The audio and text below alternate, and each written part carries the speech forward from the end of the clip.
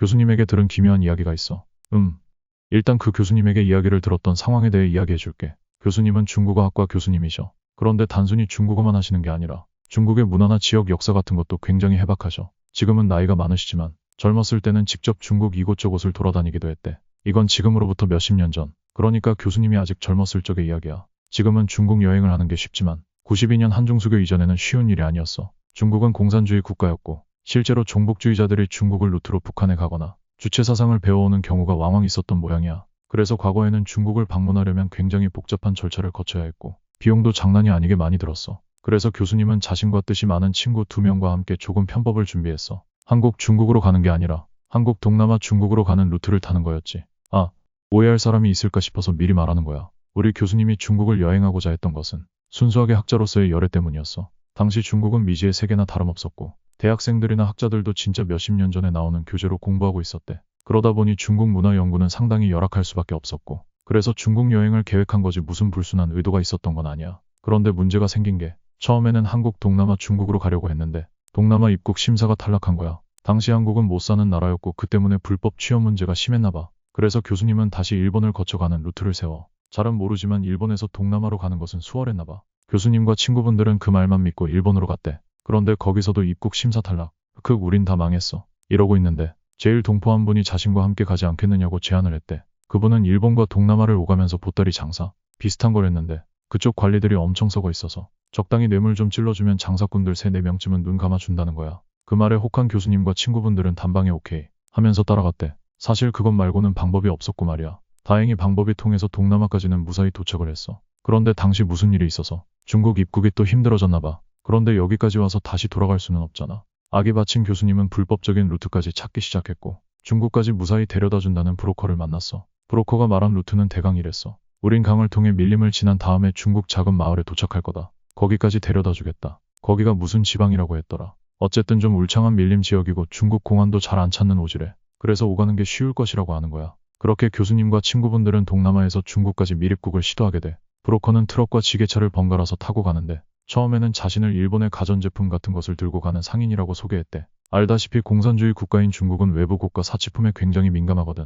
하지만 상류층은 알게 모르게 그런 사치품을 사모으는 것을 즐긴대. 그래서 그게 상당히 돈벌이가 된다고 하더라고. 교수님과 친구분들은 그 말만 믿고 따라갔고 그런데 동행한 지 한 4일쯤 되었을 때 정말 우연히 짐을 뒤지다가 그 사람이 뭘 밀수하는지 발견했대. 그건 다름 아닌 마약이었어. 일본의 전자제품을 밀수한다는 것은 순봉이었던 거지. 모르는 사람이 있을까 말하자면 중국은 마약에 굉장히 민감해. 아편전쟁 이후로 마약은 가지고만 있으면 외국인 내국인 할 것 없이 그냥 사형이야. 이쯤 되자 교수님과 친구분들은 슬슬 불안해지기 시작했어. 만약 잘못 걸리면 자기들도 끌려가서 그 즉시 사형인데다가 그 브로커라는 사람 총도 가지고 있었거든.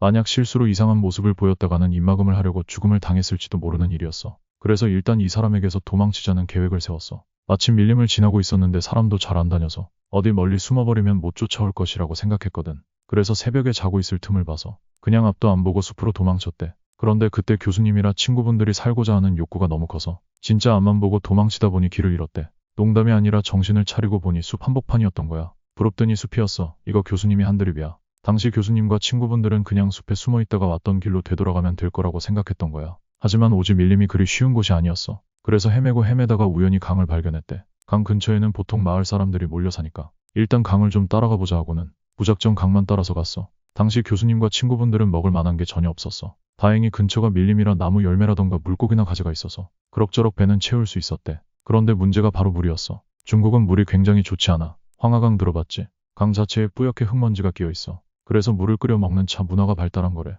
일단 목이 마르니까 근처의 강물을 마셨는데 이것 때문에 매일 설사에 시달렸대. 급기야 탈수까지 왔고 밀림을 헤맨 지 한 3-4일쯤 후에는 정말 죽기 일보 직전이었어. 그런데 운이 좋은 것인지 강을 한참 따라가던 중에 저 멀리 아이들이 발가벗고 노는 게 보였대. 죽기 일보 직전이에 사람을 만나니까 너무 반가운 거야. 그래서 어떻게든 도움을 청해야겠다 싶어서 막 달려갔는데 아이들이 선생님과 친구분들을 보자마자 미친 듯이 도망을 간 거야. 그런데 이게 그냥 순간 놀라고 무서워서 도망치는 게 아니라 무슨 맹수나 산짐승을 보고 놀라서 도망치는 것 같았대. 그런데 교수님은 여기서 저 아이들을 놓치면 난 죽는다라는 생각이 불현듯 들어서 그냥 뛰는 아이들을 보고 무작정 쫓아갔어. 물론 교수님과 친구분들은 탈수로 힘이 없었지만 어른이었고 아이들을 앞지르는 것이 어려운 일은 아니었지. 그래서 아이들을 쫓아 막 달려갔는데 아이들이 갑자기 어디 벼랑 틈으로 숨은 거야. 그래서 따라가 보니까 거기에 조그마한 촌락이 있던 거야. 그런데 그 마을이 무슨 우리나라 새마을 운동 당시 시골 마을 보는 것 같았대. 낙벽도 황토벽이고 지붕도 초가집이고 갑자기 아이들이 놀라서 달려오자 마을 어른들도 놀랐는지 우르르 몰려왔나 봐. 교수님과 친구분들은 그냥 사람이 있다는 것에 반가워서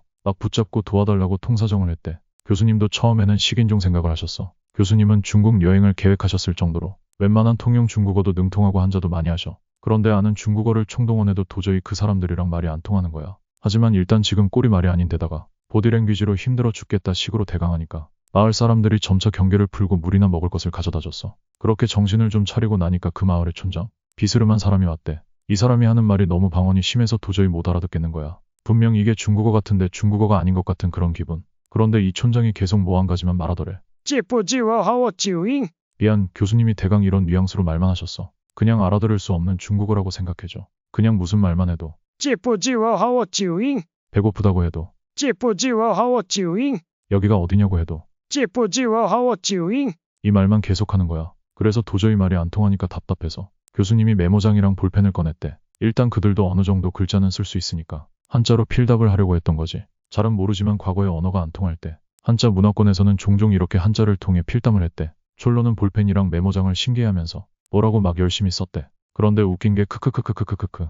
이 사람들이 쓰는 한자도 정말 듣도 보도 못한 한자라서 뭐라고 쓰긴 쓴 것 같은데 진짜 알아보지를 못한 거야. 한 몇 시간쯤 이렇게 되니까 양쪽 둘 다 지쳐서 그냥 모든 걸 포기했어. 그래서 일단은 그 마을에서 묵기로 했는데 그 사람들 조금 이상한 점이 있었대. 교수님이랑 친구분들이 입고 있던 물건을 굉장히 신기하게 생각했대. 그리고 남자고 여자고 그냥 털이 수북해서 무슨 원숭이를 보는 것 같았다는 거야. 근처에 나무나 벼랑이 많아서 그런지 다들 그런 데를 도구 없이 척척 올라가는 등 우리가 흔히 말하는 대륙의 기상을 보여준 게지. 막상 먹고 자는 게 해결되니까 잊고 있던 학구열이 떠오른 교수님이랑 친구분은 이것이 기회다 싶어서 마을 이곳저곳을 돌아다녔대. 딱히 말리는 사람도 없고 말이야. 특히 이 사람들이 무슨 노동요? 비슷한 걸 불렀는데 무슨 뜻인지도 모르겠지만 그냥 최대한 비슷하게 외웠대. 나중에 도움이 될 테니까 말이야. 그렇게 며칠 동안 지내다 보니까 체력이 조금 회복이 됐는데 그 마을 촌장이 다시 부른 거야. 그리고는 막 열성 넘치는 보디랭귀지로 이야기를 하는데 대강 알아챈 뜻을 간추려보면 너 괜찮다. 여기 살아라. 내 딸 준다. 였대. 잘은 모르지만 오지 마을 같은 곳에서는 근친상간을 피하기 위해서 이렇게 잘못 흘러 들어온 외국인과 결혼시키는 경우가 있나 봐. 그런데 이런 오지 마을에서 결혼해서 살라니 그게 무슨 소리야. 교수님은 당연히 어이가 없어서 거짓말로 자신은 이미 결혼을 했다고 대강 보디랭귀지로 설명을 했어. 그런데 오히려 태연하게 결혼, 그게 어때서? 둘째 마누라로 내 딸을 맞아라. 라고 좀 더 강압적으로 나간 거지. 그래서 슬슬 무서워진 교수님과 친구분들은 그냥 여기를 떠나겠다고 대강 설명을 했대. 그런데 촌장은 막 화를 내면서 너네들 못 가. 여기서 살아. 안 그럼 죽음. 이라고 좀 무시무시한 얼굴로 협박을 했나 봐. 그래서 교수님은 내가 여기까지 와서 또 죽게 생겼네 싶어서 다시 작당 모의를 했대. 그리고는 마을 사람들이 밭일을 한 틈을 타서 또다시 밀림으로 튀었어. 다행히 먹을 걸 좀 챙겨와서 저번처럼 마냥 굶주리지도 않았고 잡히면 그냥 여기서 꼼짝 못한다는 생각에 무작정 또다시 밀림을 헤매고 있었는데 운 좋게 숲에서 동남아 사냥꾼을 만날 수 있었대. 그들에게 도와달라고 빌었고 다행히 밀림을 빠져나와 동남아에서 일본을 거쳐 무사히 한국으로 귀환할 수 있었어. 그리고 중국에서의 추억은 젊었을 적 개고생한 추억으로 한동안 남아있었지. 물론 이야기는 여기서 끝나지 않아. 중국 소수민족에게 외부에서 손님이 오면 자신의 딸이나 아내를 빌려주는 일도 있었고 만약 그것을 거절하면 자신을 모독한다고 생각해 칼부림이 나는 일도 있었던 모양이야. 그 후로 교수님은 학자 활동을 하면서 몇 번인가 중국을 더 방문했대. 물론 이번에는 죽도록 고생하지 않는 합법적인 루트로 말이야. 그리고 드디어 한중수교가 맺어지면서 정식으로 중국도 여행하고 문물도 주고받는 뭐 그런 일이 일어났어. 그 즈음에 어떤 중국 교수가 중국의 지방방언이나 한자 같은 걸 연구한다는 소식을 들은 거야. 그래서 좋은 자료 같은 걸 찾는다는 이야기가 있었어. 교수님은 마침 그때 메모장에 써놓은 한자나 자신이 들은 문화 같은 이야기를 하면 좋아하겠다 하고 연구회장에서 직접 만나서 그 이야기를 했어. 물론 그 교수는 굉장히 흥미로워했고 말이야. 그런데 그 중국 교수도 메모장에 쓰여있는 한자를 도저히 모르겠다는 거야. 그래서 다른 교수에게 자문을 구하기 시작했어. 그중 한 교수가 주의 깊게 그 글을 읽어보더니 이것을 어디서 났느냐고 물어봤어. 교수님은 내가 젊었을 적에 이래저래 해서 고생해서 마을 들어갔더니 그랬습니다 하고 그냥 쿨하게 이야기했대. 중국 교수의 말로는 이건 그냥 소수민족 한자가 아니라는 거야. 이 한자는 지금은 사멸한 진나라 시대 때 통용되던 고대 한자라는 거지. 그리고 번역해본 바에 의하면 메모장에는 진나라 한자로 빼곡하게 진시황은 죽었습니까? 진시황은 죽었습니까? 만리장성은 얼마나 쌓았습니까?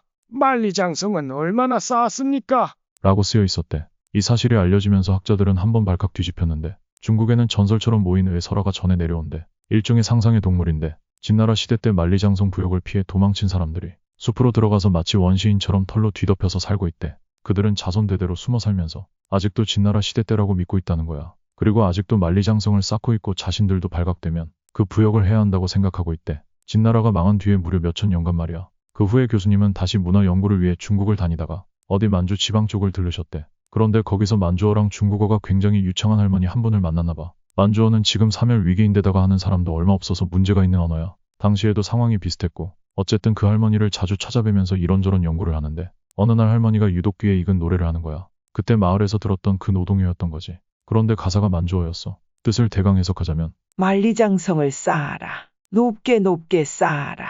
뭐 대강 이런 뜻이었대. 그래서 할머니에게 그 노래 어디서 들으셨습니까? 어머니와 언니들한테 배웠다. 만주 노래인가요? 아니다. 중국인 노래다. 가사만 만주어다. 오래 불리던 노래인가요? 그렇다. 어떤 중국인이 가르쳐줬습니까? 모른다. 그런데 이거 중국인이 가르쳐준 게 아니다. 먼 옛날에 원숭이들이 가르쳐준 노래라고 한다. 라고 했대. 원숭이들이 모인을 가리키는 것인지는 교수님도 몰랐대. 그냥 전설은 전설이니까. 나도 이 이야기가 진실인지 어디인지는 몰라. 하지만 교수님이 거짓말을 괜히 지어낼 뿐은 아니라고 생각해. 그리고 거리를 따지는 사람이 있는데 난 오히려 그렇기 때문에 그들이 그런 모습으로 남아있던 게 아닐까 싶어. 만약 근처에 있었다면 진나라가 망한 뒤에 자연스럽게 그들도 중국 대륙에 섞여 들어갔겠지. 하지만 노역을 피해 최대한 멀리 도망치다 보니까 그런 오지 숲속까지 찾아들게 되고 그렇게 오랜 시간 동안 외부와 격리된 채 그런 모습으로 아직까지 살고 있는 것인지도 몰라. 일단 이야기는 여기까지가 끝이야. 스레인 이상 이 글을 믿어달라고 막 주장하지는 않겠어. 하지만 한 번쯤 생각해봐. 아직도 드넓은 중국 대륙 어딘가에는